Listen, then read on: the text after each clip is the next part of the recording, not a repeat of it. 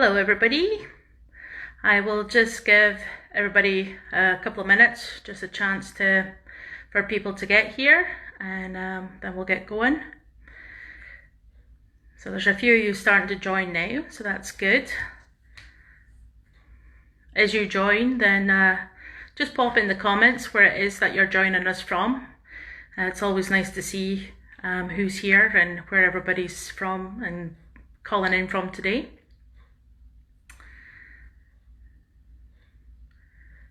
So I'm sitting in my office here, got puffin up in the background. We'll talk a little bit more about puffins later on.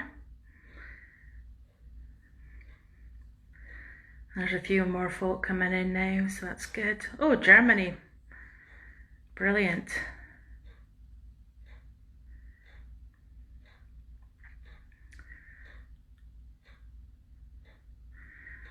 So yeah, our office is in Lerwick. It's a slightly overcast day here, but it's quite mild. 13 degrees for our stand, which is mild for this time of year. Hello from Belgium and Norway. Maine, USA, woohoo! Scalloway.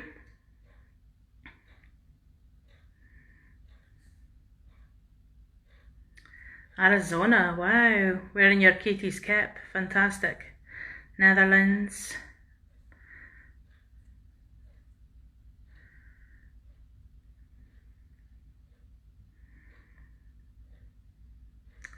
So yeah. Okay, well there's a few of you here now, so I will just get going. So my name is Jolene, and I am a partner in Island Vista, and we are a tour operator based in Shetland. We have over the years predominantly been tour operators for the cruise ship market, but over the past couple of years we've started to diversify a bit more. We've been providing tours for Wool Week for about 4 years now, and they're sold through the little box office. And last year we decided we would become sponsors for Wool Week, or this year technically. So yeah, that's just a little bit about us. My business partner is Robin, who is the gentleman that was in the Farewell Friday photo with me on Friday. I am also a knitter myself. I had been meeting so many wonderful people coming over to visit Wool Week. I had complete fear of missing out, and I really wanted to get involved with Wool Week, but I knew there was no hope of that unless I could actually knit something. In Shetland, you used to be taught knitting in schools when you were young. I did get knitting lessons, but all I could do was cast on, knit and purl, because whenever you made a mistake or you needed to cast off, the teacher did it for you. So it wasn't really the best way for learning. So last year in February, I decided I was going to learn how to knit so I could get involved with Wool Week. And I took a night class with Marjorie Bowie and Loose Ends. And there was me and one other girl, both complete knitters. And by week 2, she had us knitting in the round and knitting Farewell. So my very first kep was the Booster Beanie by Gudrun Johnson. She was patron a few years back. It's knitted in Oradale yarn. And that was my very first project, and it was a nice simple one to get started with, and all my goal was to be able to knit the Wool Week hat for each year. That's all I wanted to be able to achieve, and I've knitted various projects since then. So this year's hat was I did my Katie's cap, which when I originally saw the pattern, this wasn't the colours I planned to do, and it's amazing how you change your mind throughout the day. And yeah, so that's the one I ended up with. I've just seen a comment about, will I be saving this video? Yes, I will be. So I will post this to Instagram TV, and I think Wool Week are hoping to share it as well. So if you need to dash off at any time, then you can pick it up again later on today. So the Katie's cap is actually a bit special for me because Katie, who is Wilma Malcolmson's mother, was my grandaunt. So I have some very fond memories of, we called her Auntie Kitty and Uncle Tammy. When we were children, we used to go and visit them in their little croft house, and had two of the nicest people you'll ever meet. So I have some really fond memories of them. So getting into the nitty-gritty of it all, don't be worried about coming to Wool Week by yourself. Last year I attended Wool Week on my own, and I have made some incredible friends throughout that time. So and people that I keep in touch with now. So if you're sitting there planning your trip and you have nobody to come with, don't let that stop you. You will meet so many nice people when you get here that it won't bother you for very long. People have been asking about how long you should stay in Shetland for Wool Week. I mean, Wool Week is obviously an 8-9 day event. Next year's provisional dates have been set as the Saturday the 25th of September to Sunday the 3rd of October. But Wool Week really effectively is almost a month-long event in Shetland. The people start arriving as early as the single figures of September, and they stay on longer. My only word of caution would be, if you plan to stay on after Wool Week, is the fact that Wool Week effectively marks the end of the season for tourism in Shetland. As soon as Wool Week has been, most of the voluntary run museums close down, and everything kind of starts winding down for the winter. So I would advise you to, if you want to see and do more of the tourist side of things, then I would advise you to come before Wool Week and stay on, and then finish off with Wool Week. Obviously the dates are very provisional at the moment with the current COVID situation, and the things I'm going to talk about today will come with a disclaimer that it will all be dependent on what restrictions is in place in Scotland at the time. So my talk today will be with regards to what the current restrictions are, but obviously that could all change before next year. You are best to book in advance and get things booked as soon as possible, because Wool Week does book up really quickly. Accommodation and getting here, it does book fast.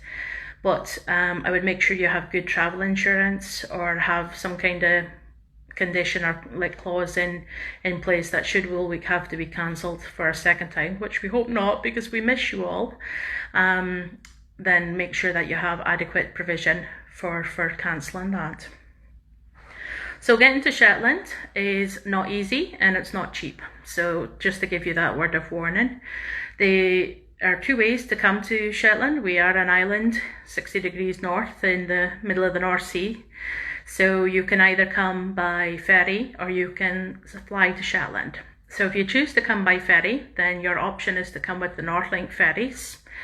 And that goes from Aberdeen, and they leave Aberdeen every night. The journey takes 12 or 15 hours, and the 12-hour journey comes straight to Lerwick, and the 15-hour journey goes via Orkney and picks up people in Kirkwall before continuing their way on to Lerwick. So that leaves about 5 or 7 o'clock at night, and it gets in 7:30 the next morning. You need to check in 1 hour before your departure, so make sure you get up to Aberdeen in plenty of time for doing that. The ferry can be quite rocky in rough weather. I won't lie about that. If you are a bad sailor, then you might want to consider flying. If you're not too bad a sailor and you think you're willing to risk it, then feel free to have a look and take whatever kind of medication you might feel that would help your travel sickness. Over in the UK, we recommend Stiggeron, but I know there's different types that have been recommended for our Wool Week visitors from United States. So whatever works for you to help prevent your travel sickness. And also, if you do want to travel by ferry, then I do find that if you do the ferry crossing when you're connecting in Orkney, then that helps a lot, because you're not as you take a more inshore route, you're not in the open water for as long. So if it's a rough night, then you will have a lot more stretches of camp parts. So that would be my top tip. Thankfully, my father, he was a fisherman, and I seem to have inherited his sea legs, so I don't seem too bothered by rough crossings. And as a poor student, I can assure you I had many a rough crossing coming back for holidays. You can eat on board the ferry. There is a cafe. At the moment, the cafe is only open for about 1 hour to eat, and everybody eats in that time. The restaurant is currently closed, but again, of course, that could be all changed by next year. And there is a nice shop on board, and the shop sells a lot of local crafts. So if you're looking to take something home, they have Shetland jewellery, they've got Burra Bears for sale, and they also use the Shetland Soap Company's products and sell them on board too. I'm a big fan of the Shetland Soap Company. It's a social enterprise, so I have a lot of time and respect for what they do. So when I try to support them as much as possible. You have the option when booking the ferry of taking a cabin or not taking a cabin. I would recommend a cabin. If your budget can stretch to that, it is worth doing. At the moment, you can't share a cabin with another person unless it's somebody in your party. So you need to book a cabin for yourself. But yeah, no, it's definitely worth having it, and even having the shower and tea and coffee facilities, that sort of thing. So if you really don't want to come by ferry, then your other option is to fly, and the airline provider is Loganair, and they fly from all the Scottish ports or Scottish airports. So you can fly up from Edinburgh, Aberdeen, Glasgow, Inverness, that sort of things. It is turboprop planes that we use, currently Saab 340s, but before COVID there was plans to introduce new planes, but they're all turboprop, so that does make them quite small and noisy. And when you land in Shetland, if you start coming in for your landing approach and you don't see any runway or land, don't panic, because you do have land. We don't land on the beach here. You actually have a runway to land on, but you don't see it until the last minute. So you can always spot when you're on a plane and you've got people flying into Shetland for the first time, because they don't always see the land until the last minute. One of the unusual features of our runway is that it crosses over the main road. So when you leave the airport, then it's possible when that flight's departing again, you might actually have to wait at traffic lights and wait while that plane takes off again, because they close barriers when planes take off and land at some airport. The only other place that happens is actually in Gibraltar. And that's the only other place in Europe where the runway actually crosses the main road. Again, you need to be checked in 1 hour before. It's considered a domestic flight, so 1 hour check-in, and you can check in online for that one as well. At the moment, if you buy the cheapest fare with Loganair, you're only allowed 15 kilos of luggage, so factor that in. It's about another £15 each way for a bigger luggage allowance. I know a lot of you will be planning to take wool back with you after you leave, and souvenirs and knickknacks, so it might be worth considering. Otherwise they will make you pay for excess luggage or for going over your weight allowance. At the moment, with COVID restrictions, there's no in-flight service. If that changes, you will be offered a coffee and a biscuit. So yeah, so that's basically kind of the main things I have at the moment for how to get to Shetland, unless anybody has any other questions. If you have any difficulties with booking flights or travel to Shetland, my next door neighbour is a travel agent, so I can quite easily pass on her contact details to you if you need that. But otherwise then I will move on to talk about where to stay when you best get here. So when you, how long is the flight? Okay, so the flight from Aberdeen is just about 1 hour, and if you fly from Edinburgh or Glasgow, it's 1.5. So there and thereabouts, that's what they allow, but they generally tend to be able to do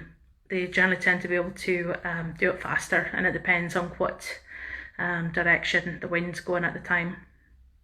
And the ferry takes 12 hours or 15 hours depending on whether it goes via Orkney or not. So it is an overnight sailing. You sleep on board the ferry, and it takes that wee bit longer, but obviously you don't have the issue of having a weight restriction in an 8th island, so it depends how you want to travel. Personally, I would recommend actually flying in and sailing out, and then you get to see the best of both worlds, but that's just me.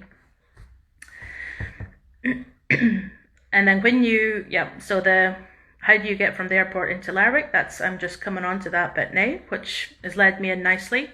So if you fly into Sunbury Airport, which is 26 miles south of Lerwick, there is a public bus service that can take you from the airport up to Lerwick, and that is, you can look at the timetables on the ZTrans website for that.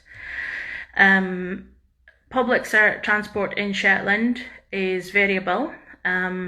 Some areas are quite well covered, and some areas you're only talking a couple of buses a day. So if you're thinking it's like Edinburgh or Glasgow where there's a bus every 10 minutes, that's not the case up here.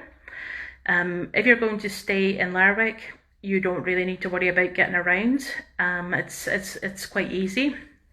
Most of it's within walking distances, and taxis aren't expensive, so you can get a taxi anywhere around Lerwick for between sort of £5 and £7. If you're going to stay outside of Lerwick, I would recommend hiring a car. It just gives you that bit more flexibility and freedom. There are 3 car hire companies on the island. One is Bolt's Car Hire, one is Granfield Garage, and the other one is Star Rent-A-Car. I might be a little biased towards car hire companies, but my parents own Bolt's Car Hire, so I'll just give them a wee plug while we're at it.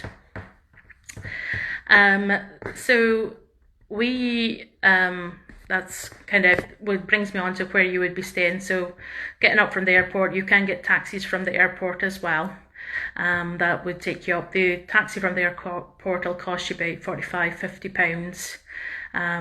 So it is fairly pricey as well. The bus at the moment is just about £2 up from the airport. So I'm just going to make notes of things I'm going to talk about when I come on to. I'm going to answer that question about tours in a little while. When you come up to stay, then accommodation does fill up fast here. So you really want to book your accommodation. The main things that's going to set your time in Shetland is where you stay and how long you can hire a car for. That'll be the deciding factors for your stay. And as I say, you don't need to stay in Lerwick. There's some fantastic accommodation outside of Lerwick. There's events taking place outside of Lerwick as well. So it just depends what you're looking for. If you hired a car, then that does give you the flexibility to come and go as you please. So for accommodation, the best places to look is on the Visit Scotland website. We have a publication called Shetland Visitor, Airbnb, and also booking.com. One of the questions I got was about disabled accommodation, and disabled accommodation is possible through a company called Self Catering Shetland.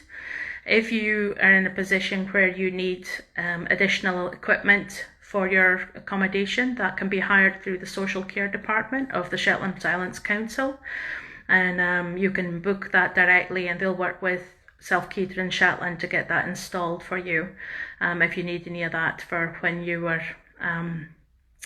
staying up here. The other thing that's possible if you are travelling by yourself, there's a really good group, which is the Shetland Wool group, not the page, but there's a group as well, and that page will quite often have people saying things like, okay, there's 2 of us coming, we're hiring a self-catering accommodation, we have a 3rd bedroom, would anybody want it? Or, you know, I'm looking for a bedroom, does anybody have a spare one? So that's quite a good resource as well, if you do want to come, like, stay with somebody and make friends while you're here. But we have a variety of different accommodation in Shetland. You can stay in a lighthouse if you wish. We have wigwams, you've obviously got Airbnb, self-catering, hotels, guest houses, bed and breakfast, all that type of thing. So really it just depends on the type of accommodation you're looking for and where you want to stay. If it's the kind of case that you're not going to be going out much at night, then, you know, there's definitely stay outside Lerwick if you want that option. If you're going to be going out for dinner at night and having a few drinks, then you might want to stay in town just to make it that little bit easier to get a taxi home again. So that would be my recommendations. So that's kind of my main things I had to say about accommodation. As I say, yeah, booking plenty of time. get it booked as soon as possible, and we'll take it from there. Okay, so just having a quick look through one of the questions. One of the questions there was about tours. Are there any tours outside of Wool Week that combine textiles, wildlife and archaeology? So there's a lot of different tours that go on during Wool Week. Some of them are advertised through the little box office, and some of them are just independent tour operators. So all the tours that we offer generally does have a wool theme with them, but they will include other bits and pieces. And to give some examples of the things we've done in the past, we do a tour all the way up to Unst, which is our most northerly island. We do a tour to the South Mainland, and we usually go to, say, like the Jarlshof, which is an archaeological site. We go to, we've set up a couple of different types of tours, which is sort of less knitting theme. In the past, we've done walking tours of Lerwick, where you get a taste of Shetland menu at the end of it. So it just varies, because what we've been conscious of is that sometimes people are coming here and they're maybe bringing their partner with them who's a non-knitter, or coming with a friend who isn't involved in knitting. So if that's the case, then you don't want everything to be all about wool for likes of them. So we're trying to strike a balance of things that would interest people who are both a knitter and a non-knitter, and then that way you can enjoy the tour together. If you want to do something completely different, then any of the independent tour operators, and you'll find them on the Visit Scotland website as well, you can tailor your tour to your need. I do know some of them book it quite well in advance as well. So just get in touch with them, tell them what you're looking for, and all of them will be able to factor in what it is you want to see and do and how long. And I would, as I say, recommend booking that quite well in advance too, just so that people don't get fully booked. Public transport, I've kind of mentioned that, yeah, if you want a bit of flexibility, you're better to hire a car. Buses, they do run, some of the areas is covered up, and there's like a 11 o'clock or 10, 11 o'clock service at night, and they start about 7, 8 in the morning. It depends where your class is going to be. What we do find doesn't work as well is, for example, if you were trying to, say you had a class down at Huswick and you're staying in Scalloway, you would then need to get a bus into Lerwick first to get down to Huswick. There's not a direct connection between the two. So that's where the public transport gets a wee bit more difficult. And if you're going to be doing that sort of thing, as I mentioned, hiring a vehicle is the way to go. The Shetland Wool Week has a frequently asked questions page, and they have a really good section in there for the length of times you should allow if you're driving yourself, how long you should leave before getting to your next venue outside of Lerwick. So that's really helpful, or things you want to see or do. Then it gives you a rough idea how long to leave. The other thing you can do, if you don't want to hire a car and you do find yourself having a class outside of Lerwick, in the Shetland Museum, which is the hub for Wool Week, then there's a board up, and that board you can find up anything up there, whether it be tickets for classes, but you'll also find people advertising carpooling. So a bit like the shared accommodation, people will announce that, you know, we're going down to Huswick for a class, or we're going to Bigton, or we're going to Bressay, or we're going to Unst. We have one spare seat in the car if anybody wants to come. So that's a really good way if you really don't want to hire your own vehicle. Then you can even put up a wanted notice just saying, has anybody got space in a car that could give them a lift from you know, wherever. And similarly from the airport, that has happened in the past. I've seen on the Wool Week group that somebody said, I'm arriving with the 5 o'clock flight from Edinburgh. Is anybody else on that flight that needs a lift up to Lerwick, because we've got a hire car? So it is, I mean, there's a real community feel with Wool Week, so if you're stuck, don't be scared to ask, because I mean, somebody I'm pretty sure can always help you out, and that's never an issue. And it's that's one of the things that's nicest about Wool Week.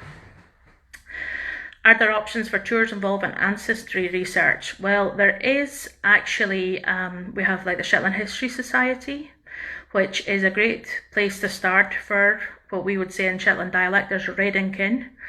And if you start there, but it depends what you want to see with regards to your ancestry and where you want to go.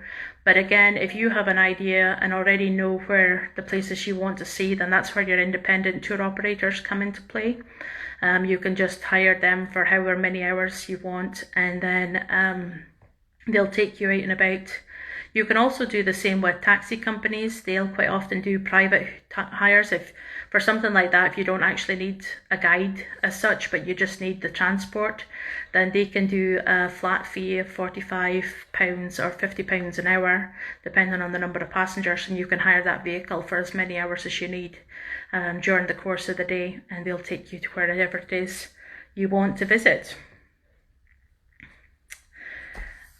So the next thing to talk about is ferries. Shetland is a group of 100 islands, and we have 16 of those that are inhabited all year round.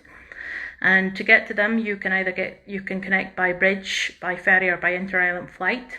And if you're going to go by ferry, there is a booking system. You can do it online, or you can do it by telephone. You get the ferry timetables from the shetland.gov.uk website, and all the contact phone numbers and how to book online is there as well. For ferries, you are definitely best to book, and if it's a windy day in Shetland, the inter-island ferries can be delayed as well, so it is worth phoning there's a number as well on the timetable, which just gives you the general information. So if you think it's a really windy day, you can phone up the information bank and it'll tell you whether that ferry is running to its normal timetable. The people who work on the telephone lines, if you're really not sure which ferries is best, like for example, if you're going up to the island of Unst or Fetlar, then you need to connect first. You need to get the ferry across to the island of Yell, and then you go either to Unst or Fetlar.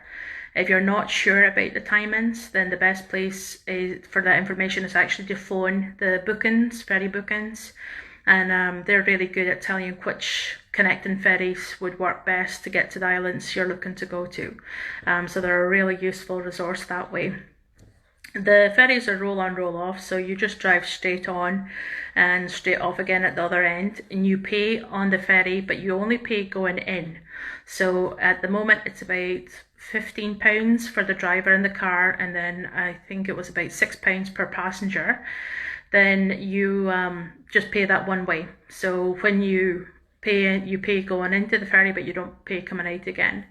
When you go to the island of Unst or Fetlar, you only pay once, so you don't have to pay on the ferry. You pay on the ferry to get over to Yell, but you don't have to pay on the Unst or Yell, or the Unst or Fetlar ferry. But they'll ask to see the ticket that you paid coming over from Yell onto, so you'll have to keep your receipt that you get when you come onto the island of Yell first. So that's kind of the main things to keep in mind for the inter-island ferries. Inter-island flights go from the Tingle Airport mostly. They can book up quite well in advance, so I would recommend that you kind of get, if you're planning to go over to Fair Isle, then that will fill up really, really quickly during Wool Week. Okay, so one of the questions I've just had is, when deciding on tours versus actual Wool Week activities, how far in advance is the Wool Week schedule available?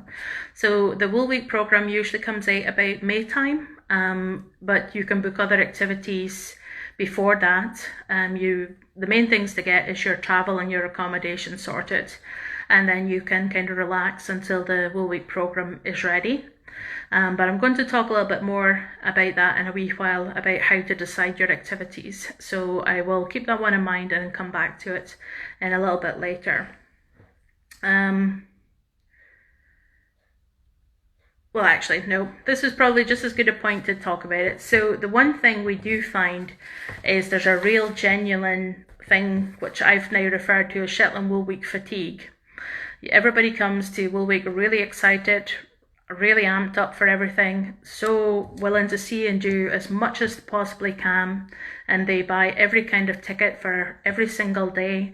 Some people have tickets from the Wool Week programme for maybe 2 or 3 events in one day, and by Friday they've completely burnt themselves out. So my big advice would be don't book too much in advance.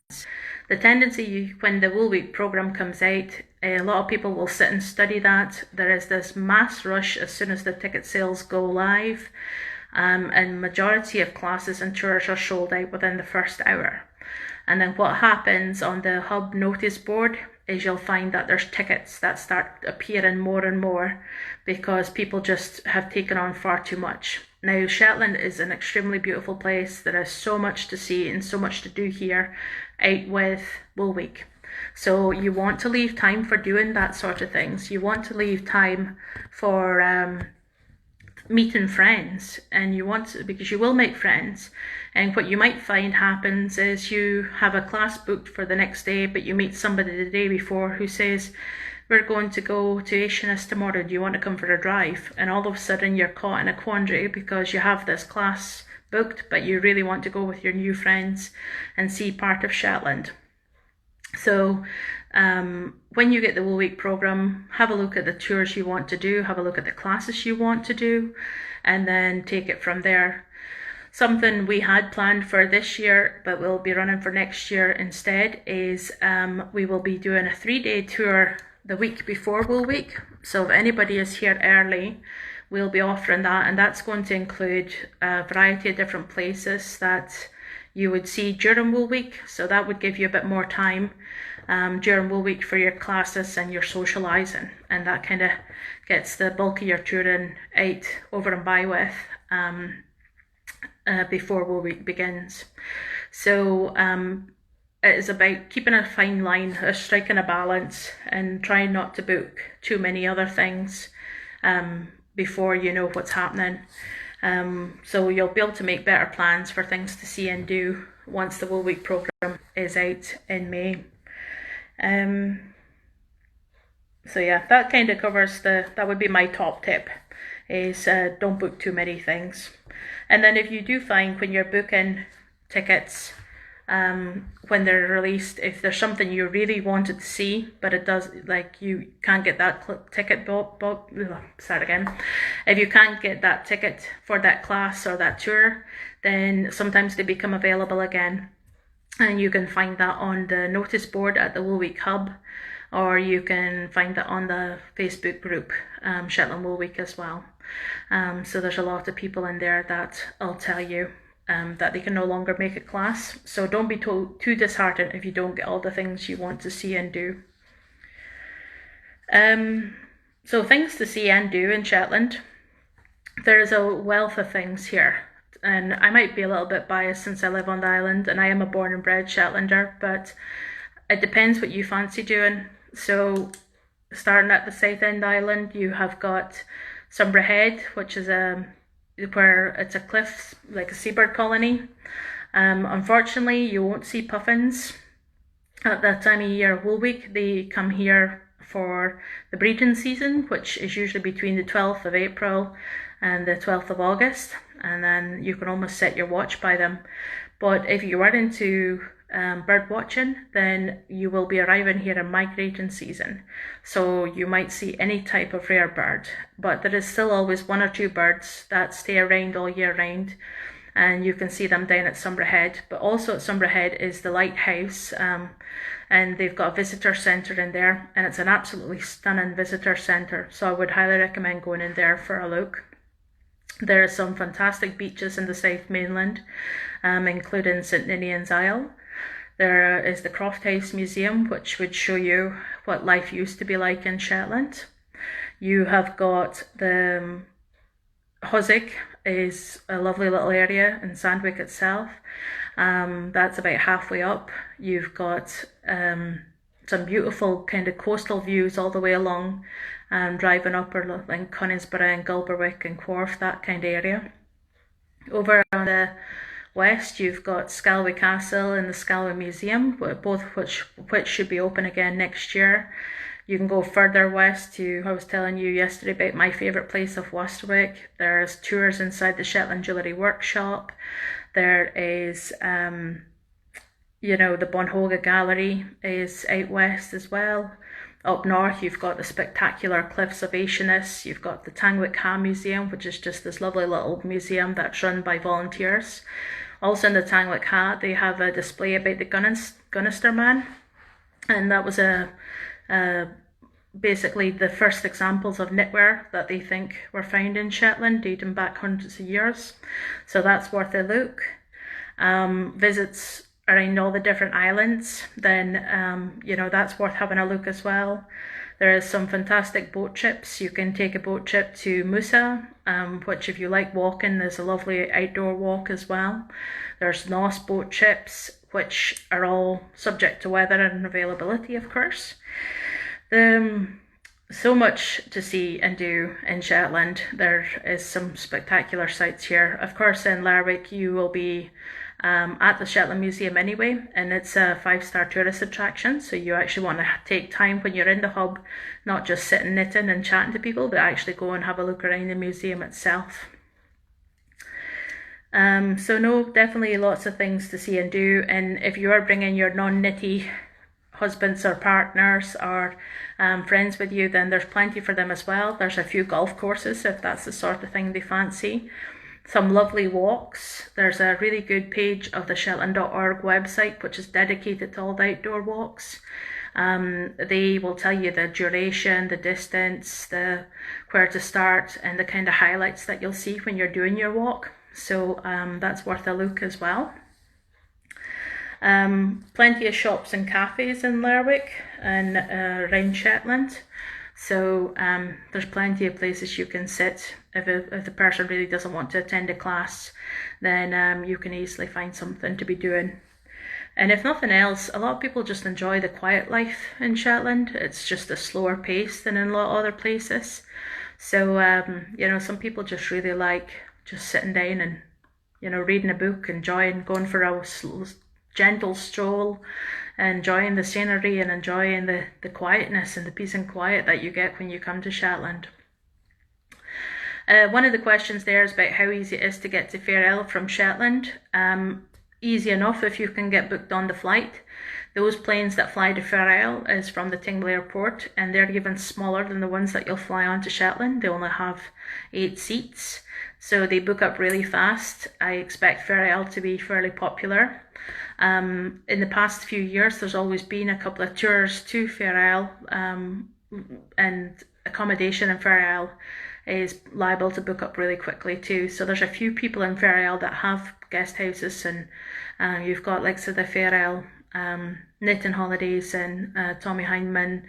There's people like them that have accommodation available, so get in touch with them and they'll keep you right about the best way to come to Fair Isle for a visit. One of the questions I got asked about was where you can see Shetland ponies. Well, Shetland ponies, they're kept by various breeders, and there's places around Shetland where you'll see them just by the side of the road.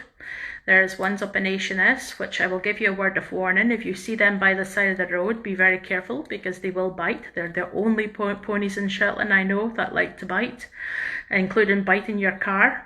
I've had that problem in the past.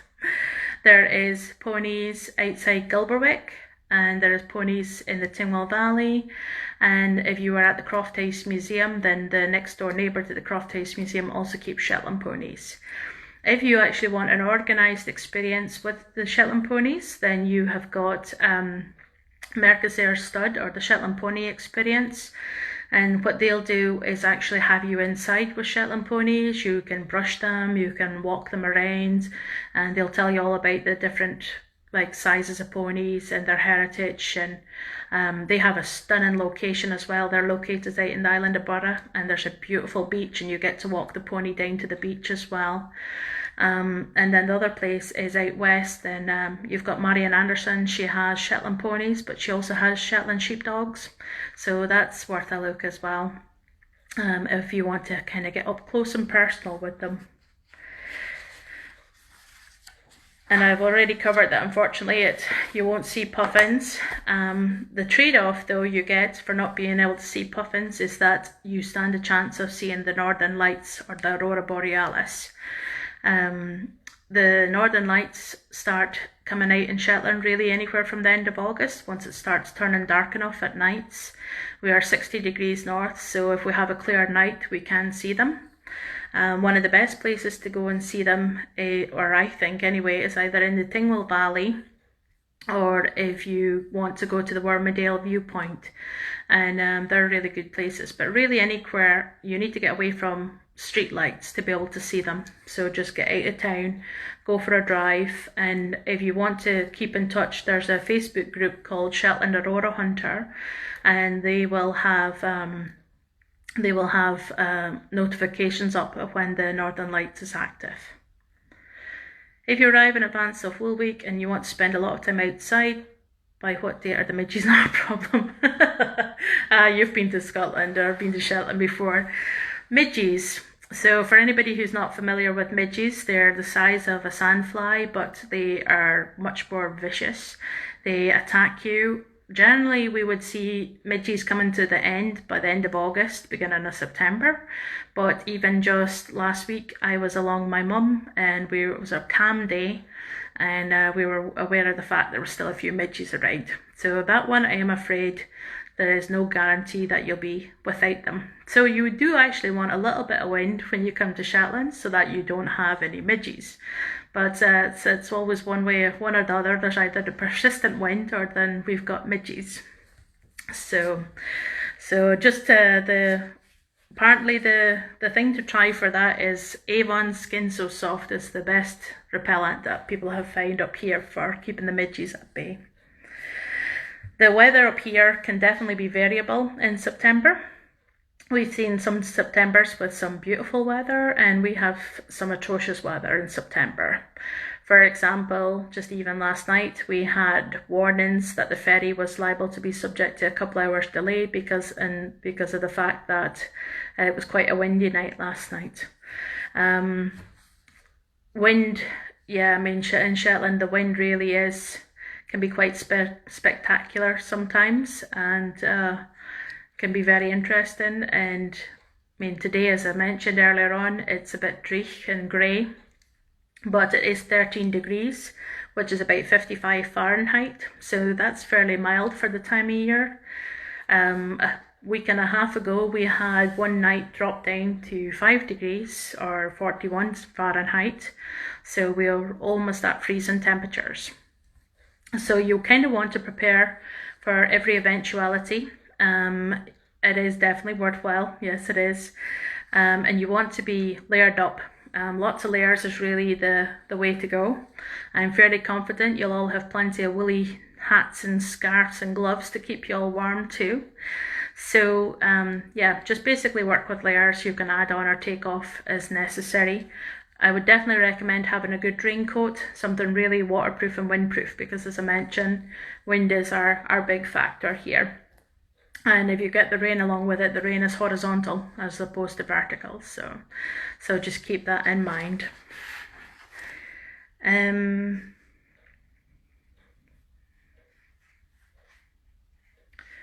Yes, you can definitely buy stuff when you're here too. A lot of people, for example, we've had people attend Wool Week from warmer countries. What they'll do is they will go to the charity shops, they'll buy themselves a good jacket, and they will put it back to the charity shop again when they leave, just so, you know, they have the use of these. Basically, it's a roundabout way of renting a good winter coat for while they're here. So it's an option to consider as well.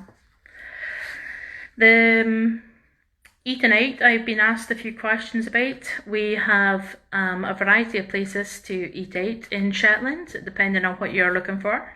Most restaurants are fairly good at catering for different food requirements and dietary requirements. So if you give them a bit of notice, then they can usually prepare something for you. I would recommend booking in advance anyway. When Wool Week's on, it can be extremely busy. I know there's even a couple of restaurants that'll do a special Wool Week menu, and They might do like an early bird menu because there's sometimes evening events on that people will want to go out to. So they'll try and catch you at that point where you finish your class and you can have something to eat before you head off to your next event. So yeah, booking in advance. And again, looking on our local pages is a good way to find the places to eat out. Live in Lerwick also has, they're the ones that the kind of looks after the shops and the cafes in the town centre. So they have their own Facebook page as well. So that's a good place to keep your eye on for any events or anything that might be happening in Lerwick at the time. Be aware as well that some of your tours or events might include food. So have a good read of the descriptions at the time when you book something, because it may be that you end up eating that you don't eat anything later on because you've already eaten. One of the things that I know Wool Weekers is one comment that we get a lot is about how much cake they consume on Wool Week. We have a lot of exceptional bakers up here, and a lot of people will do baking for either tours or events. So a lot of people find that it's not actually just their luggage that goes back that little bit heavier after Wool Week. So that kind of brings me on to something I had just posted about, was Sunday teas. So it was mentioned in the Wool Week programme that today is a celebration of Sunday teas. For anybody who's been to Shetland before or who lives in Shetland, Sunday teas is a massive thing. It is basically, we have 50 community halls on the island, and in the Shetland Times each Friday it'll be announced which hall is going to be open that weekend for Sunday teas, and you go to this hall, you pay a set fee when you enter the hall, and then you can have as much cake, coffee and sandwiches and home bakes as you want for that flat fee. Now all the bacon has been donated or baked by volunteers, and basically what the money is for is either fundraisers for the community hall itself or fundraisers for some particular type of charity. And the cakes, you know, some of the finest bacon you'll ever experience, really. So I did a post on that just before I came live. So if you want a wee bit more information on Sunday teas, then you can have a read of that. If you want any recipes for the traditional things you find at Sunday teas as well, then be sure to send me a direct message. I can easily share some of my recipes with you. So yeah, so that is kind of the main things I really had written down to talk to you about. I think I've answered all the questions I got in advance. And hopefully this information has been of use to you. Any other questions you end up having, feel free to just pop me a DM. More than happy to point you in the right direction. As I say, the frequently asked questions on the Shetland Wool Week page is another good resource. Any of the Visit Scotland, Shetland.org, Shetland Visitor, all good places for more information.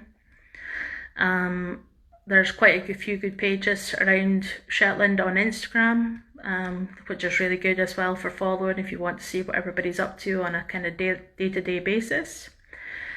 And also the Shetland Wool Week Facebook group is a good place to go as well. There's always people, closer to the time you'll find that people will post in there more regularly, and they'll be posting different things they're planning to do or looking for advice. And if you have a question, just either pop it in over to me, over to Wool Week, or over on the Wool Week page, and somebody will easily point you in the right direction. It's not a problem. So 6 pages of notes. Fantastic. Glad to hear that it's been useful for you. But as I say, if you have any other questions, feel free to just pop them along to me as you get nearer the time. I myself will be looking forward to Wool Week next year as both a participant and also as a tour provider. So I'm looking forward to it again, and also as a sponsor. So yeah, so I hope this has helped, and I will leave you for today if you have no further questions. The only other thing I'm going to say is I do think the Wool Week committee have done an absolutely tremendous job in pulling together this online resources this week.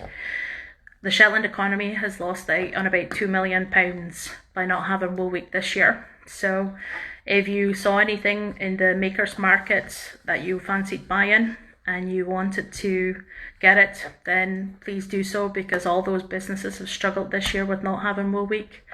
But Wool Week itself has lost out on a lot of income from this, and there is a donate button on the Wool Week page. So if you haven't already done so, then just even popping a couple of pound in there will make all the difference and keep things up and running for next year, and go towards the running costs for next year. And hopefully we'll see you all in person next year. But until then, pity you've missed the beginning. Don't worry, Spindle and Shuttle, I will be saving this and I'll post it again in Instagram TV, so you will be able to catch up on the bits you missed at the beginning, so not a problem. Yep, it has been stellar efforts with Wool Week. I've really enjoyed it too, and I've learned some really good tips as well from some of the main knitters, so I'm definitely going to be trying out a few new things. At this moment in time, having only been a knitter for just over a year now, I'm still at the hats and gloves stage, but I do hope by Wool Week next year I'll maybe have graduated to a few bigger items. So I'm just trying to pluck up the courage to jump into something a bit meatier than a hat or gloves. So watch this space. Hopefully I'll be able to model some of it next year at Wool Week. So yeah. So no, I'm glad you've enjoyed it, and yeah, it has been. So everybody has been pulled out all the stops. What surprised me really is I've been almost as busy this week than I would have been if Wool Week had been on for real, with all the different bits and pieces on social media. So it's been great. So okay, well, thank you very much for tuning in and listening to me, and I will speak to you all again sometime in the near future, and we'll hopefully see you back here in person next year in 2021. Take care and all the best, folks. Bye for now.